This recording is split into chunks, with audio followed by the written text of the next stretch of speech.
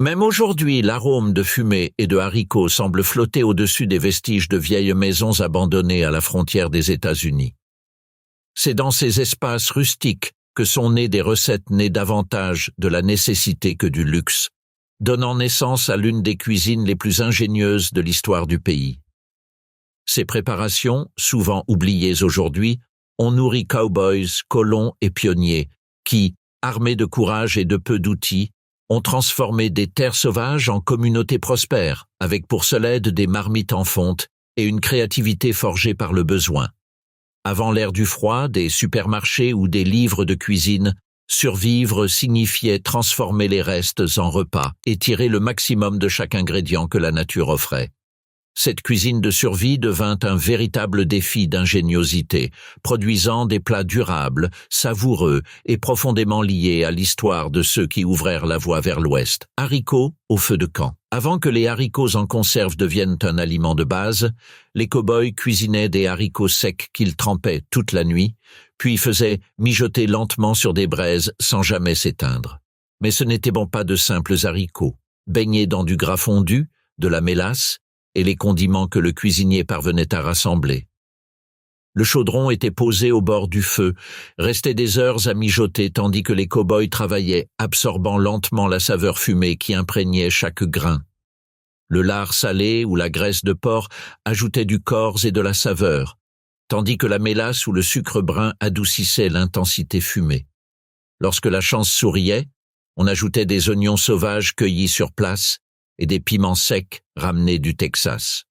Le résultat, une marmite de haricots qui devenait plus crémeuse et goûteuse avec chaque heure de cuisson.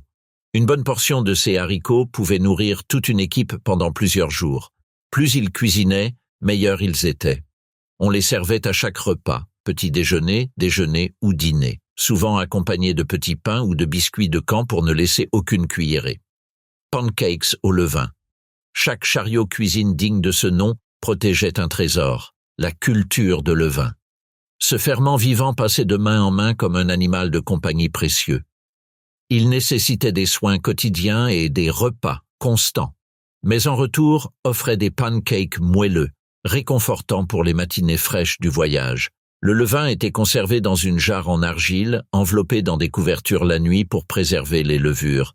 Pour préparer les pancakes, les cuisiniers ajoutaient au levain le liquide disponible, eau, lait ou même café, puis faisaient cuire la pâte sur une plaque de fer huilée à la chaleur d'un feu de camp. Le goût légèrement acidulé, caractéristique de ces pancakes, venait des levures sauvages capturées dans l'air. Une complexité de saveurs qu'aucune boulangerie moderne ne saurait reproduire. Pour beaucoup de cow-boys, ces pancakes faisaient la différence entre une bonne journée et une journée de faim. Ils les empilaient sur des assiettes improvisées, les nappaient de miel ou de mélasse quand ils en avaient, et reprenèrent des forces pour affronter les longues journées à cheval. Ragoût du Far West, fils d'un tireur d'élite. Quand un veau était abattu sur la prairie, rien ne se perdait vraiment, surtout pas les abats qui se gâtent vite sous la chaleur. De cette nécessité est né le ragoût appelé « fils d'un fusil stew », mélangeant cœur, foie, rognon et riz avec des légumes disponibles. Le nom « Son of a Gun » est en réalité une version édulcorée du nom original, bien plus grossier et inapproprié pour les oreilles sensibles. Le cuisinier du camp commençait par faire dorer les abats dans de la graisse chaude, puis, si possible, ajoutait des oignons sauvages, des navets de prairie ou des tomates en conserve. Le ragoût mijotait des heures durant, le temps que les tissus les plus résistants se défont en bouchées tendres et nutritives. Un plat riche en fer, essentiel pour prévenir le scorbut et fournir l'énergie nécessaire aux travaux. Préparer ce plat demandait un vrai savoir-faire. Une surcuisson rendait les organes amers et durs. Une cuisson trop courte les laissait coriaces. Seuls les cuisiniers expérimentés s'en sortaient, faisant de ce ragoût un véritable luxe sur la prairie. Biscuit du Chuckwagon. Le cuisinier du chariot, simplement surnommé Cookie, jouissait d'une réputation quasi mythique chez les cow-boys. Une partie de sa renommée venait de son talent à confectionner des biscuits légers et moelleux au milieu de la nature, avec pour seuls outils un four hollandais et quelques braises. Ces biscuits n'étaient pas ceux d'aujourd'hui. pré-cuits dans un four de fer avec des braises chaudes dessus et dessous, assurant une cuisson uniforme enviée par les boulangers modernes. Le secret résidait dans la technique. Incorporer du gras froid à la farine jusqu'à obtenir une texture proche de celle des miettes épaisses. Puis, on ajoutait du bas beurre ou du levain, en mélangeant juste assez pour lier la pâte sans la compacter. Cookie étalait la pâte sur la table rabattable du chariot, découpait les biscuits à l'aide d'une boîte vide et les disposait dans le four hollandais. Avec des braises bien placées, en 20 minutes à peine, ils ressortaient dorés et parfaits. Ces biscuits étaient bien plus que du pain. Ils servaient d'assiettes improvisées, de base pour sandwich à la viande salée ou simplement pour absorber le jus des ragoûts. Sans aucun doute, l'une des préparations les plus polyvalentes et précieuses de la cuisine du voyage. Viande séchée façon chemin de fer, Railroad Spike Jerky. Lors de la construction du chemin de fer transcontinental, nourrir des milliers d'ouvriers dans des zones reculées représentait un véritable défi. La viande fraîche pourrissait en quelques heures sous le soleil du désert. C'est ainsi qu'est née une technique pour faire du jerky qui se conservait durant des mois. On découpait la viande en fines lanières que l'on frottait avec du gros sel et du poivre noir moulu, avant de les suspendre sur des séchoirs improvisés faits de clous de voie ferrée. D'où le nom de Railroad Spike Jerky. L'air sec et le soleil accablant faisaient le reste, déshydratant la viande en 2 à 3 jours. Le résultat, un jerky si dur qu'il semblait indestructible, mais pouvant durer des mois sans se gâter. Les travailleurs en emportaient des morceaux dans leurs poches et les mâchaient pendant les longues heures de travail. Ce n'était pas seulement une source de protéines, mais aussi de sel, indispensable pour compenser les pertes dues à la sueur sous le soleil brûlant. Grâce à cette méthode simple mais efficace, une armée d'hommes put être nourrie, unissant les côtes est et ouest des États-Unis. Le jerky du chemin de fer devint l'un des aliments conservés les plus importants de l'histoire du pays. Burgoo. Les colons du Kentucky inventèrent un ragoût épais et savoureux qui rassemblait tout ce qu'on pouvait trouver dans une seule marmite. Ainsi naquit le bourgou, une recette communautaire pensée pour nourrir un grand nombre avec les ingrédients que chaque voisin pouvait offrir. On y mélangeait plusieurs viandes, poulet, bœuf, porc, voire même du gibier comme l'écureuil ou le lapin, avec du maïs, des haricots, des tomates et les légumes disponibles. Le tout cuisait pendant des heures dans d'énormes chaudrons en fonte, permettant aux saveurs de fusionner jusqu'à devenir une sorte de sauce épaisse. Sa préparation demandait une surveillance constante pour éviter qu'il n'attache ou ne brûle, en faisant une expérience sociale. Chacun participait, que ce soit en remuant la marmite ou en apportant un ingrédient. Chaque famille avait sa propre version du bourgou, adaptée à son environnement et à ses traditions. Mais toutes partageaient le même but, bien nourrir ceux qui travaillaient dur. Avec le temps, ce ragoût devint le plat principal de rassemblements politiques, de fêtes religieuses et d'autres événements où il fallait nourrir les foules. Le bourgou n'était pas seulement nourrissant, il incarnait la coopération et la créativité communautaire au cœur de la frontière. Galette de maïs au suif de bison. Les peuples autochtones apprirent aux colons à extraire la graisse de bison pour en faire du suif, une matière grasse, stable et polyvalente, parfaite pour cuisiner. Les pionnières la mélangeaient à de la farine de maïs et de l'eau pour préparer des galettes croustillantes à l'extérieur et moelleuses à l'intérieur. Le goût était riche, charnu, très différent du pain de maïs classique. Ces galettes étaient cuites sur des plaques de fer ou même directement sur des pierres chauffées, formant une croûte qui conservait l'humidité du cœur. On les consommait à toute heure, au petit déjeuner avec un peu de mélasse, au dîner avec un ragoût ou comme en cas lors des voyages, rangés dans les sacoches. Leur teneur élevée en graisse fournissait une énergie essentielle pour les travaux physiques, tandis que le maïs offrait des glucides rapidement assimilables. Mais à mesure que les bisons disparaissèrent des plaines, cette recette aussi s'estompa. Le suif de bœuf n'arrivait tout simplement pas à égaler la saveur unique du gras de bison. C'est pourquoi les familles pionnières qui possédaient encore des réserves de suif de bison le considéraient comme un trésor pour survivre aux hivers rudes avec des plats plus savoureux et réconfortants. Poules des prairies à la poêle avec oignons sauvages. Quand le gros gibier venait à manquer, les poules des prairies, aussi appelées tétras, devinrent une source précieuse de viande fraîche. Nichant dans les hautes herbes, elles offraient une chair tendre et savoureuse, facile à cuire sur le feu. Les chasseurs les rapportaient au campement, où le cuisinier les découpait et les faisait frire dans une poêle en fonte, avec des oignons sauvages cueillis près des ruisseaux. Les oignons caramélisaient lentement dans le gras des oiseaux, créant un contraste sucré-salé qui adoucissait les journées les plus dures sur la frontière. La viande avait une saveur prononcée entre le poulet et le canard, tandis que l'oignon sauvage ajoutait une touche piquante qui équilibrant la richesse de la graisse. Quand c'était possible, on ajoutait des herbes sauvages comme la sauge ou le thym, donnant à ce plat simple une complexité inattendue. Tout se cuisinait dans une seule poêle, idéal après une longue journée. Cette recette représentait l'abondance que la nature offrait à ceux qui savaient la respecter et l'apprivoiser avec habileté. Truite au feu. Les rivières froides des montagnes offraient un trésor inestimable aux chercheurs d'or et trappeurs, des truites fraîches, parfaites pour un repas nourrissant loin de toute source d'approvisionnement. Le plat nommé Trout Fire tirait son nom de sa méthode de cuisson. Ouvrir le poisson en deux et le poser directement sur les flammes jusqu'à ce que la peau devienne croustillante et légèrement noircie. Cette technique exigeait une certaine maîtrise, car cuire un poisson sans le brûler n'était pas une mince affaire. Les cuisiniers expérimentés savaient dompter le feu, créant un lit de braises uniforme qui offrait une chaleur constante, sans flamme susceptible d'endommager la chair. Fraîches et délicates, les truites ne demandaient guère plus qu'une pincée de sel, ingrédient précieux que l'on transportait souvent dans de petites bourses en cuir.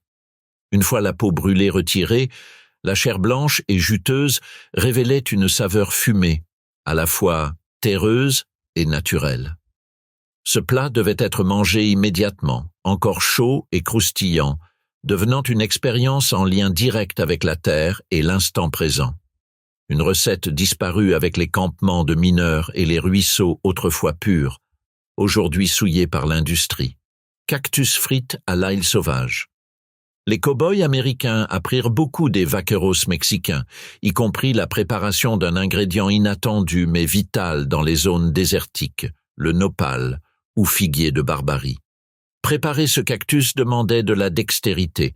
Il fallait d'abord retirer avec soin les grandes épines, mais aussi les minuscules aiguillons appelés glochidies. L'effort en valait la peine.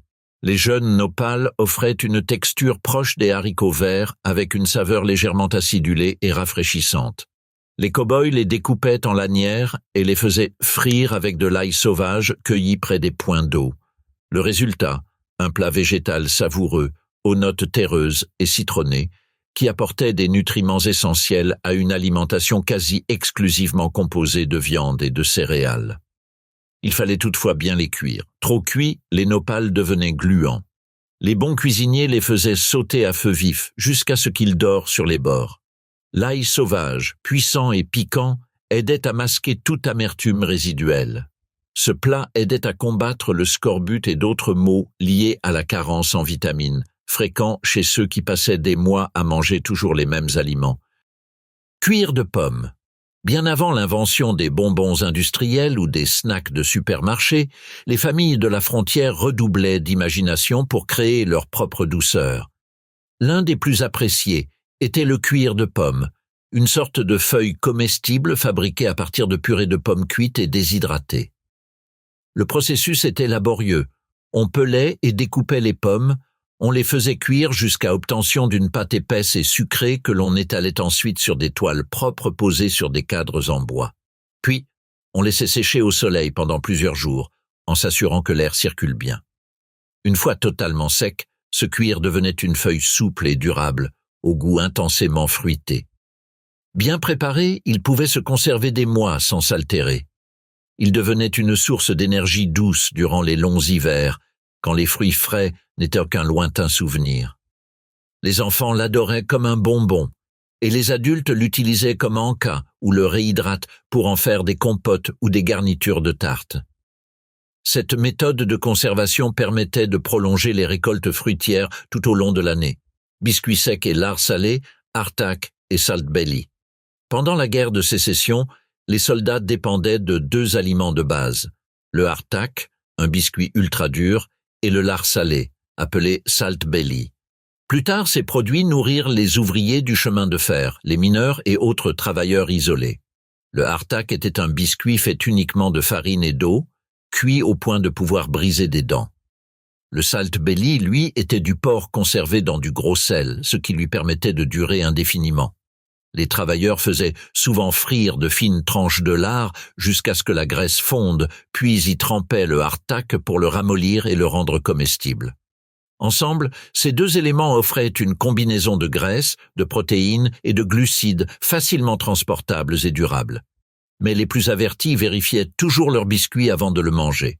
Les charançons y étaient fréquents, mais en temps de disette, toute protéine était bonne à prendre. De plus, la graisse restante du lard servait pour d'autres recettes, faisant du salt belly un ingrédient polyvalent. Bien que monotone, ce régime a maintenu en vie ceux qui construisirent les fondations du pays, des rails aux lignes télégraphiques, salade d'herbes sauvages et pousses de pokeweed. Avec l'arrivée du printemps, les colons célébraient la fin du régime hivernal à base de conserves. C'est alors que les premières pousses vertes perçaient le sol encore humide, apportant des vitamines, des minéraux essentiels introuvables dans les aliments stockés. Les familles expérimentées en cueillette, souvent des femmes et des enfants, partaient avec des paniers pour récolter des plantes comestibles comme les feuilles de pissenlit, le chénopode, la pourpier et les jeunes pousses de pokeweed, une plante sauvage nécessitant une grande expertise pour être consommée sans danger. Le pokeweed, bien que nutritif dans ses premiers jours de croissance, devenait toxique à maturité. Seules les pousses de moins de 15 cm étaient sûres à manger, et même alors, elles devaient être bouillies plusieurs fois pour éliminer les toxines. Ces salades étaient assaisonnées avec de la graisse fondue, souvent de porc, du vinaigre de pomme ou de raisin sauvage fait maison, et du sel si l'on en avait.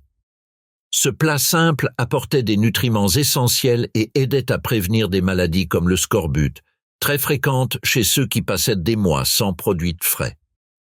Au-delà de l'aspect nutritionnel, ces recettes représentaient un lien précieux avec les savoirs indigènes, transmis depuis des générations pour identifier, cueillir et préparer ces plantes essentielles à leur survie. Pemmican. Les peuples autochtones d'Amérique du Nord développèrent l'un des aliments de survie les plus efficaces jamais créés, le pemmican. Ce mélange dense de viande séchée, de graisse fondue et de baies séchées pouvait durer des années sans s'altérer, fournissant une énergie complète pour les longs trajets et les climats extrêmes. On commençait par sécher au feu des lanières de viande de bison jusqu'à ce qu'elles soient complètement déshydratées. On les réduisait ensuite en poudre que l'on mélangeait à de la graisse fondue et des baies séchées comme les cerises noires ou les baies de service. La pâte obtenue était moulée en blocs ou en boules, puis enveloppée dans de la peau brute ou du tissu pour la conservation. Un seul morceau de pemmican pouvait contenir l'équivalent nutritif de plusieurs kilos d'aliments frais, en faisant un aliment parfait pour les explorateurs, trappeurs et montagnards vivant des mois dans des territoires inexplorés. La forte concentration en graisse apportait des calories indispensables à la survie en hiver. Les baies ajoutaient non seulement du goût, mais aussi des vitamines essentielles pour rester en bonne santé. Grâce au pemmican, l'exploration et la colonisation de vastes régions du continent furent possibles. Une preuve que la sagesse ancestrale pouvait nourrir des hommes dans les environnements les plus hostiles. Tarte au vinaigre. À une époque où les fruits frais étaient rares, mais où le vinaigre ne manquait pas, les cuisinières de la frontière firent preuve d'ingéniosité en créant un dessert qui calmait l'envie de sucrer, la tarte au vinaigre. Cette préparation combinait œufs, beurre, sucre et vinaigre dans des proportions précises pour obtenir une garniture à la texture de flan et au goût étonnamment proche de celui du citron. L'acidité du vinaigre permettait aux œufs de coaguler à la cuisson, donnant une crème ferme et veloutée. La tarte avait un goût sucré légèrement acidulé qui rappelait les agrumes sans avoir besoin d'ingrédients coûteux ou rares. Le vinaigre était un bien précieux dans la cuisine pionnière. On l'utilisait pour conserver les aliments, nettoyer les ustensiles et même comme remède maison. Les enfants qui n'avaient jamais goûté de citron adoraient cette saveur aigre-douce et les adultes l'appréciaient comme une pause dans la monotonie du quotidien. Mais attention, trop de vinaigre la rendait immangeable. Pas assez, et elle n'atteignait pas la texture souhaitée. Cette tarte est un exemple parfait d'ingéniosité née de la nécessité. Comment, avec quelques ingrédients simples, on pouvait créer un dessert capable de remonter le moral pendant les périodes les plus difficiles? Ragoût de serpente à sonnette. Sur la frontière, la nécessité obligea les familles à manger l'impensable, et bien que cela puisse sembler étrange aujourd'hui, la viande de serpent à sonnette devint une source fiable de protéines quand les autres viandes faisaient défaut. Les chasseurs expérimentés savaient exactement comment capturer et préparer ces reptiles. Ils enlevaient d'abord la tête avec précaution pour éviter les glandes venimeuses, puis retirèrent la peau, révélant une chair blanche et ferme, au goût proche du poulet ou même du poisson. Pour préparer le ragoût, on découpait le serpent en morceaux, qu'on faisait dorer dans de la graisse fondue. On y ajoutait ensuite des légumes sauvages comme des oignons de prairie, des navets ou des herbes aromatiques comme la sauge sauvage. Le tout mijotait à feu doux pendant des heures jusqu'à ce que la viande devienne tendre et s'imprègne des saveurs. Si au début beaucoup étaient réticents, avec le temps, de nombreuses familles en vinrent à apprécier cette viande unique, souvent plus savoureuse que le poulet quand elle était bien cuisinée. Les serpents abondaient dans de nombreuses régions, et leur consommation fut cruciale quand le gibier se faisait rare. Ainsi, le serpent à sonnette passa d'une menace désertique à un véritable sauveur culinaire. Sauce aux marques de café, Coffee Bean Gravy. Quand les provisions manquaient, surtout le café, les cuisiniers de camp devinrent experts pour extraire chaque goutte de saveur de chaque grain. C'est ainsi qu'est née une recette curieuse et ingénieuse, la sauce aux marques de café qui transformait les restes de café déjà infusés en une sauce épaisse et intense. Le processus commençait par le séchage du marc utilisé, que l'on faisait ensuite griller de nouveau jusqu'à ce qu'il prenne une teinte très sombre. On le réduisait ensuite en poudre fine, que l'on cuisait avec de la graisse, du sel, et, si on avait de la chance, un peu de mélasse ou de sucre pour adoucir l'amertume. Le résultat était une sauce au goût prononcé, presque fumé, que l'on versait sur des pains, de la viande ou tout autre aliment nécessitant un coup de fouet de saveur. En plus de son goût, cette sauce offrait une petite dose de caféine, bien appréciée durant les longues journées de travail ou les voyages éreintants. Parfois, lorsqu'il ne restait même plus de marque, on utilisait de la farine brûlée comme substitut, obtenant un goût similaire, sans effet stimulant. Cette sauce devint une sorte de joker culinaire. Elle améliorait les plats fades et permettait d'étirer les réserves de café sur plusieurs semaines. Pour les cow-boys et les travailleurs des champs, une cuillerée de cette sauce sur un repas basique pouvait suffire à réconforter, un petit luxe évoquant des temps meilleurs et redonnant un peu de courage. Soupe de riz sauvage au cerf. Les peuples autochtones enseignèrent aux colons à récolter le riz sauvage, un grain naturel des lacs et marais du Nord. Ce riz avait non seulement un goût légèrement noisette, mais était aussi hautement nutritif et se conservait longtemps. Sa récolte se faisait avec précaution depuis des canoës, en frappant les tiges pour faire tomber les grains sans endommager la plante. On les nettoyait ensuite à la main, puis on les cuisait lentement, généralement dans des bouillons faits à partir d'os de cerf. Le cerf était la protéine idéale pour ce type de soupe, abondant, maigre et riche en goût. On faisait bouillir les os pendant des heures pour obtenir un bouillon dense et nourrissant, auquel on ajoutait des morceaux de viande, du riz sauvage et des légumes disponibles, comme des carottes sauvages ou des oignons de prairie. Le résultat était une soupe épaisse, réconfortante, parfaitement équilibrée en protéines, glucides et vitamines. Particulièrement prisée en hiver, elle aidait à affronter le froid avec sa chaleur et sa consistance. Ce plat représentait la fusion entre le savoir indigène et l'adaptation des colons à ce que la nature offrait. La soupe de riz sauvage au cerf nourrissait le corps, mais racontait aussi une histoire de respect de la terre et de collaboration entre cultures. Viande salée réhydratée, salt horse. Le salt horse était un surnom peu flatteur donné à la viande de bœuf ou de porc conservée dans du gros sel, une méthode commune aussi bien sur les navires qu'à la frontière. Le nom évoquait tout, sa texture évoquait une selle, ou pire. Cette viande, privée de toute humidité et stockée dans du sel, pouvait durer des mois sans pourrir. Mais pour la consommer, il fallait la réhydrater longuement. D'abord, un trempage toute la nuit, suivi de plusieurs ébullitions pour retirer l'excès de sel et l'attendrir. Ce processus prenait presque toute la journée, mais au final, on obtenait une source précieuse de protéines pour nourrir des groupes entiers, là où la viande fraîche était un luxe. Les cuisiniers les plus habiles savaient en améliorer le goût avec des herbes, des légumes ou tout autre ingrédient à disposition. Personne ne la considérait comme un mets de choix, mais le Salt Horse restait un allié fiable dans les environnements extrêmes, lors de longs trajets, dans les mines reculées ou les expéditions. Une fois ramollie, elle pouvait être utilisée dans des soupes, des ragoûts ou même effilochée sur du pain. Malgré sa mauvaise réputation, cette viande fut vitale pour des milliers de personnes, quand manger suffisait à peine pour survivre. Pudding autochtone, Indian pudding. Le Indian pudding était une des façons les plus savoureuses de tirer parti d'ingrédients simples comme la farine de maïs et la mélasse. Ce dessert chaud et réconfortant devint une tradition dans de nombreuses communautés rurales où le maïs était abondant et le sucre raffiné rare.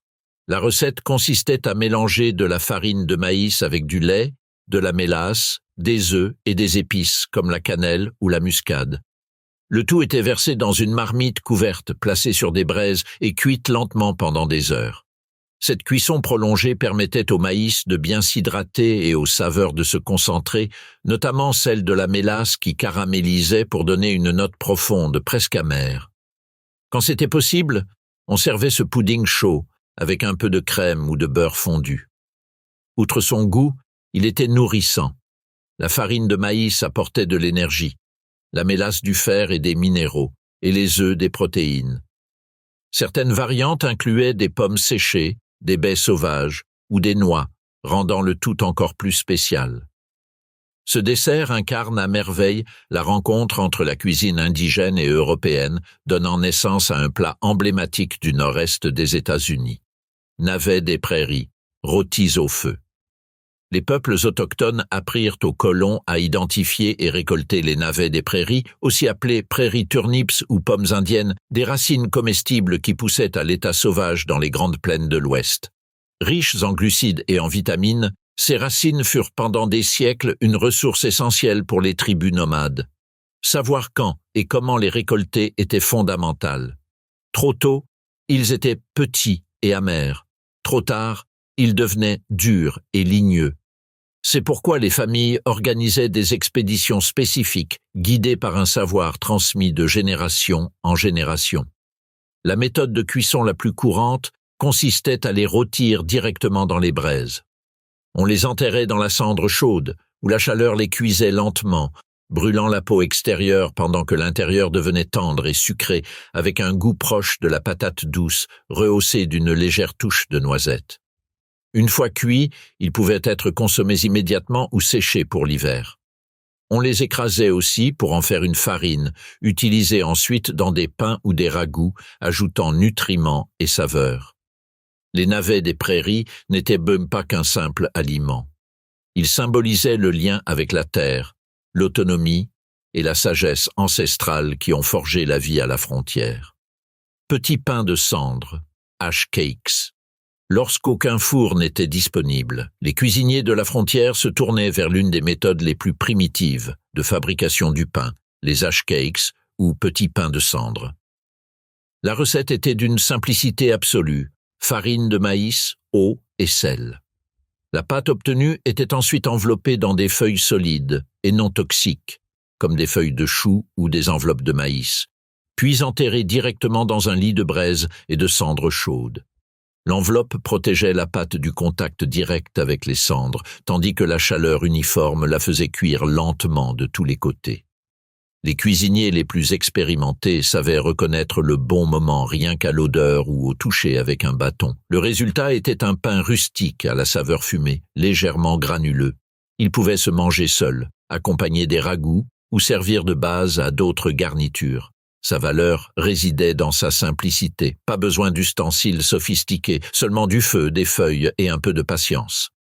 Ce type de pain incarnait l'autosuffisance pure. C'était la nourriture du voyageur, de l'explorateur, de celui qui n'avait rien d'autre que le sol et les braises pour cuisiner. Pudding aux fruits secs, spotted dog.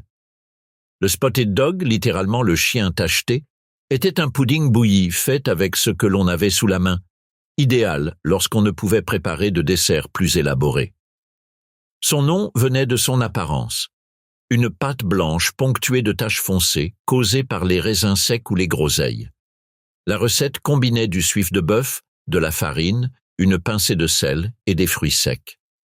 On mélangeait le tout avec de l'eau pour obtenir une pâte dense que l'on formait en boule, enveloppait dans un torchon propre et faisait cuire pendant des heures dans une marmite d'eau bouillante. Le résultat, un pudding compact, nourrissant et étonnamment savoureux. Il était très apprécié aussi bien sur les bateaux qu'à terre, car il ne nécessitait aucun ingrédient frais et se conservait plusieurs jours. Quand on le pouvait, on le servait chaud avec un filet de mélasse, ou froid comme collation pour les voyageurs.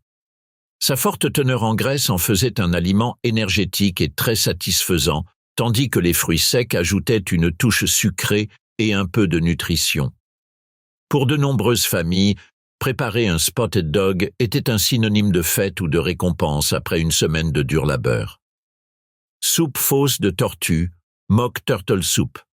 Lorsque les vraies tortues étaient introuvables ou tout simplement inaccessibles, les cuisiniers de la frontière trouvèrent une solution originale, recréer l'épais et savoureux bouillon de tortue en utilisant une tête de veau.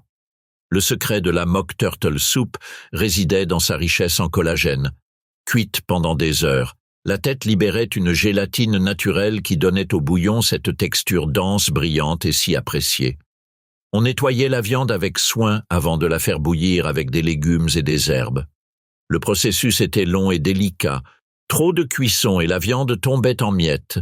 Pas assez, elle restait dure et difficile à digérer. Cette soupe était non seulement délicieuse, mais aussi très nourrissante. Elle apportait protéines, minéraux, vitamines des abats et une texture réconfortante idéale pour les malades ou les personnes affaiblies. Malgré son nom, ce plat, loin d'être une simple imitation, devint un classique à part entière, si bien que beaucoup de familles le préparaient même sans la moindre intention d'utiliser de la vraie tortue. Syllabub. Le syllabub était une boisson mousseuse qui mêlait crème fraîche et vin ou cidre, à mi-chemin entre dessert et liqueur, parfaite pour les célébrations ou comme remontant après une dure journée. On le préparait en fouettant de la crème tout en y incorporant lentement du vin blanc ou du cidre maison. On obtenait une mousse légère, que l'on buvait sur le champ ou que l'on laissait reposer formant deux couches, une mousse aérienne en surface et un liquide doux au fond. L'alcool adoucissait la crème, créant une texture entre la mousse légère et un flanc liquide. On ajoutait parfois du miel, du sucre, du zeste de citron ou des épices pour le parfumer. Le syllabub n'était pas seulement un luxe par son goût et sa texture, il nécessitait des produits frais, lait, tout juste trait, vin ou cidre naturel. C'est pourquoi on le réservait aux occasions spéciales, mariages, visites importantes, fêtes religieuses. Sa préparation faisait partie du rituel, battre la crème ensemble, voir la texture se former, partager la boisson dans la joie. C'était une façon de renforcer les liens, même au cœur d'un quotidien difficile. Pudding rapide, hasty pudding. Le hasty pudding portait bien son nom, un pudding rapide.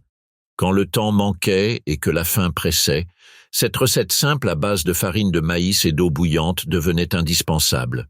On remuait la préparation constamment pour éviter les grumeaux et en quelques minutes, on obtenait une sorte de polenta épaisse. On la servait sucrée, avec de la mélasse, du miel ou du sirop d'érable, ou salée, avec du sel, du beurre ou du gras de porc.